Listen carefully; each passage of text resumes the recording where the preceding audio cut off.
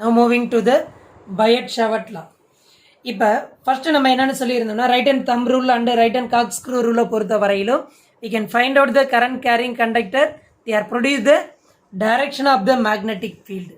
அப்போ டைரக்ஷனை பொறுத்த வரையில் ரெண்டு ரூல் வச்சு நம்ம கண்டுபிடிச்சிட்டோம். Right and thumb rule, another one is the right and Kock screw rule.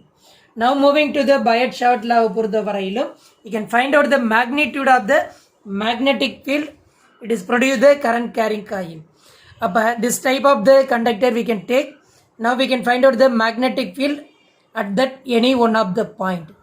அப்போ பிங்கிற பாயிண்டில் நம்ம என்ன கண்டுபிடிக்கணும்னா மேக்னெட்டிக் ஃபீல்டு கண்டுபிடிக்கணும். அப்போ according to the Biot savart, that is the magnetic field at that point P at a distance R from the small element. இந்த conductor ஃபுல்லாக நமக்கு என்ன இருக்குன்னா கரண்ட் கேரிங் இருக்குது. அப்போ they are produce the magnetic field. Now we can consider the small element. அப்போ small எலமெண்ட்டை பொறுத்த வரையிலும் தட் இஸ் டிஸ்டன்ஸ் என்னன்னு எடுத்துக்கிறோம்னா டிஎல்னு எடுக்கிறோம். அப்போ இந்த டிஸ்டன்ஸில் கரண்ட் ஃப்ளோயிங் ஆகும்போது what is the magnetic field at that point P.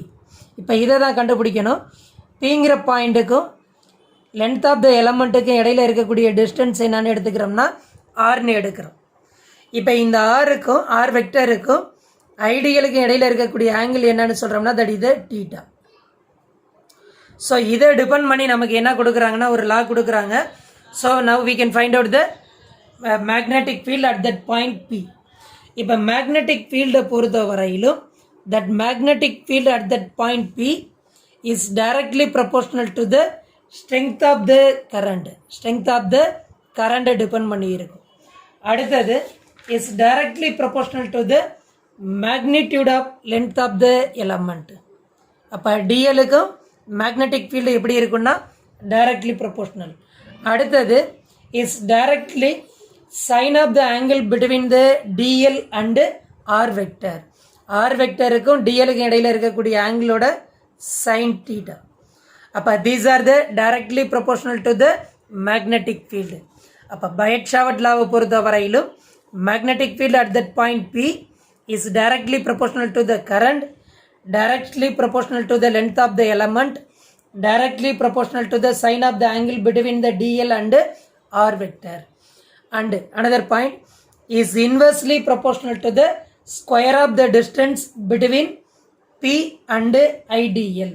இப்போ இந்த டிஎலுக்கும் பிங்கிற பாயிண்ட்டுக்கு இடையில இருக்கக்கூடிய டிஸ்டன்ஸ் என்னன்னா ஆர். இந்த டிஸ்டன்ஸோட ஸ்கொயருக்கு எப்படி இருக்குன்னா இஸ் இன்வெர்ஸ்லி ப்ரொபோர்ஷனல்.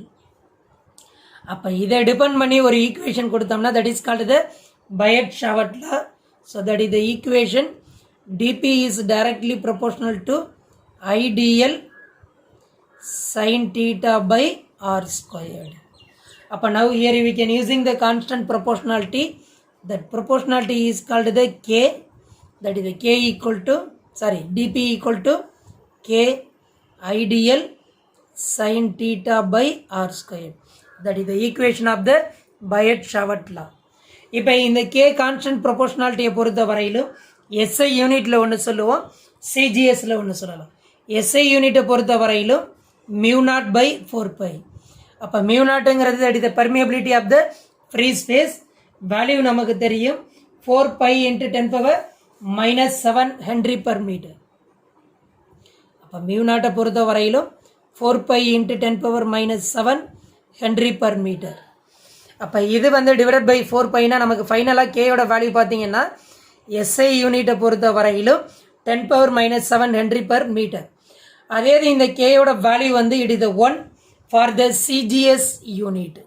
சிஜிஎஸை பொறுத்த வரையிலும் கேயோட வேல்யூ என்னன்னு சொல்லிடுறோம்னா 1.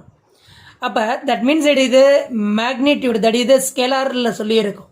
DP equal to K IDL sine theta by R squared. இதே இது வெக்டர் நோட்டேஷனில் எழுதுனா DB vector equal to μ0 by 4π I DL that is the current element divided by R squared into R cap. அப்போ R கேப்பை பொறுத்த வரையிலும் unit vector directed towards the from DL to the point. அப்போ இந்த டைரக்ஷனில் நமக்கு என்ன இருக்குன்னா ஆர் கேப் இருக்கும்.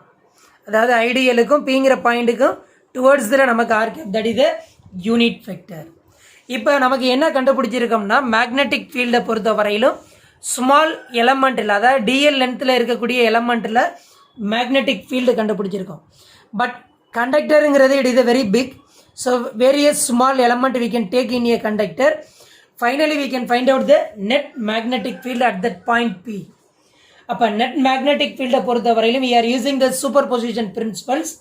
So finally we can find out the net magnetic field using the integration method. அப்போ integration method போகும்போது that is the integral of dp, we are using that formula, that is the constant value take out from the integral mu naught I by 4 pi.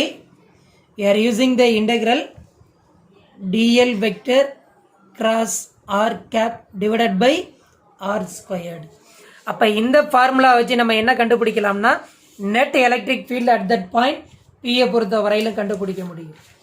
Now moving to the two cases பொறுத்த வரையில் நம்ம எப்படி எடுக்கிறோம்னு பார்த்தீங்கன்னா point பியை பொறுத்த வரையிலும் depend பண்ணி எடுக்கணும்.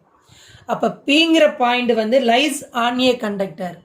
கண்டக்டரோட டைரக்ஷன்லேயே இருக்கும்போது நம்ம என்னென்னு சொல்லுவோம்னா தீட்டா ஈக்குவல் டு 0 டிகிரின்னு சொல்லுவோம். அப்போ சைன் 0வை பொறுத்த வரையிலும் 0 ஆயிரும்.